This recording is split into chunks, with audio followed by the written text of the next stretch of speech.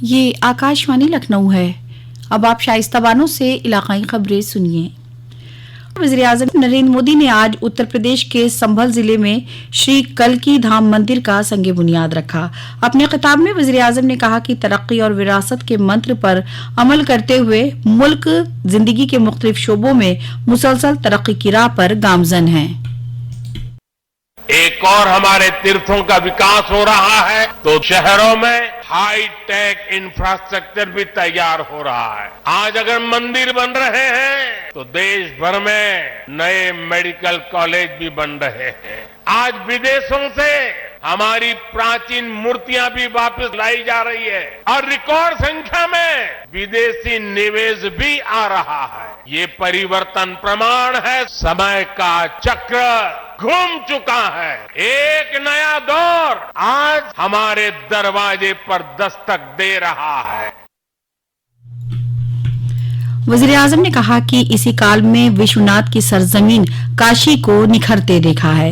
उन्होंने कहा कि गुज़िश्ता 10 वर्षों में सबका साथ, सबका विकास, सबका विश्वास पर अमल करते हुए मुल्क की तरक्की के लिए काम किया है। वज़ीर-ए-आज़म ने कहा कि पहली बार मुल्क के बाशिंदे दुनिया के किसी भी मुल्क में हो वो फख्र महसूस करते हैं। वज़ीर-ए-आज़म ने शिवाजी महाराज को उनकी जयंती पर ख़िराज अक़ीदत भी पेश किया। प्रोग्राम में वज़ीर आला योगी आदित्यनाथ ने कहा कि वज़ीर-ए-आज़म नरेंद्र मोदी की सरबराही में गुज़िश्ता 10 वर्षों के दौरान भारत को नई पहचान मिली है। पहले जो नामुमकिन था वो अब मुमकिन हुआ है। आलमी सतह पर भारत के वक़ार में इजाफा हुआ है। इससे कबल प्रोग्राम के इस्तकबालिया खिताब में आचार्य प्रमोद कृष्णम ने कहा कि अयोध्या में जितने भी तरक्याती काम हुए हैं वो वज़ीर-ए-आज़म के जरिए हुए हैं। कल्की धाम की तामीर श्री कल्की धाम तामीर ट्रस्ट के जरिए की जा रही है, जिसके चेयरमैन आचार्य प्रमोद कृष्णन हैं। प्रोग्राम में कई संत, मजहबी लीडर और दीगर मोअज़्ज़िज़ मेहमान मौजूद थे। वज़ीर-ए-आज़म नरेंद्र मोदी आज उत्तर प्रदेश के दौरे पर हैं। दोपहर में वो लखनऊ के इंदिरा गांधी ऑडिटोरियम में मुनक़िद ग्राउंड ब्रेकिंग सेरेमनी 4th का इफ्तिताह करेंगे। इस मौके पर वज़ीर आला योगी आदित्यनाथ समेत मरकजी और रियासती हुकूमत के कई वुज़रा भी मौजूद रहेंगे।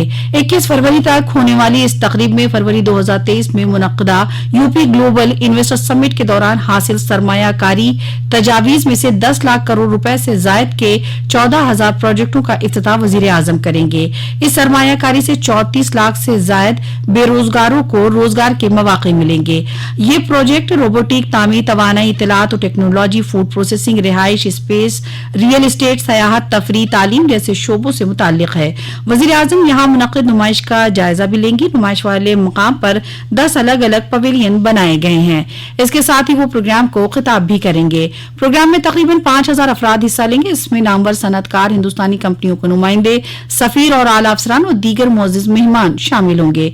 तकरीब की सभी तैयारियां मुकम्मल कर ली गई है। ग्राउंड ब्रेकिंग सेरेमनी में वज़ीर-ए-आज़म के प्रोग्राम का लाइव नशिया रियासत के सभी अजला मुनक़दा जिला सतही तकरीब में किया जाएगा और रियासत के सभी 75 अजला में भूमि पूजन की तकरीब का भी इनेकाद होगा।